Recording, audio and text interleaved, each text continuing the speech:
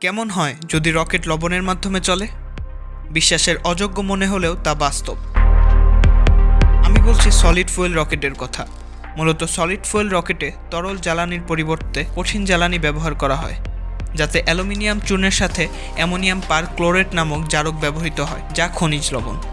এই জ্বালানির মিশ্রণের মধ্যে লবণের অংশীদারিত্ব শতকরা 70%। লবণ থেকে আগত অক্সিজেন অ্যালুমিনিয়ামের সংমিশ্রণে বিপুল তাপ ও শক্তি উৎপন্ন করে, যা রকেটকে গতি প্রদান করে। আর উৎপন্ন তাপ প্রায় 2760 ডিগ্রি সেলসিয়াসের কাছাকাছি। সলিড ফুয়েল লিকুইড ফুয়েলের থেকে কিছু বাড়তি বৈশিষ্ট্য ও উপকারিতা প্রদান করে। সলিড ফুয়েল বহন করা অত্যন্ত সহজ ও সুবিধাজনক, ফলে রকেট নির্মাণের জটিলতা কিছুটা কম। এছাড়া এর খরচও তরল জ্বালানি অপেক্ষা কম, আবার কর্মদক্ষতাও অনেকটা বেশি। আর পৃথিবীর বহু স্থানে রয়েছে এই লবণের খনি।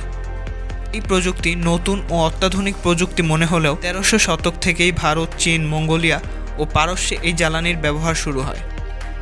এমনকি দীপাবলিতে ব্যবহৃত সাধারণ রকেট বোমাতেও এই প্রযুক্তি ব্যবহৃত হয়। মহাকাশ আবিষ্কারে এই প্রযুক্তি যুগান্তকারী আবিষ্কার, এবং বর্তমানে চীন, ফ্রান্স, রাশিয়া সহ অনেক দেশ ব্যালিস্টিক মিসাইলেও এই প্রযুক্তি ব্যবহার করছে। কিম জং উনের উত্তর কোরিয়া এই প্রযুক্তিতে নির্মিত মিসাইল পরীক্ষামূলকভাবে ব্যবহার শুরু করেছে। অদূর ভবিষ্যতেই জানা যাবে এই প্রযুক্তি মানুষের জন্য আশীর্বাদ না অভিশাপ।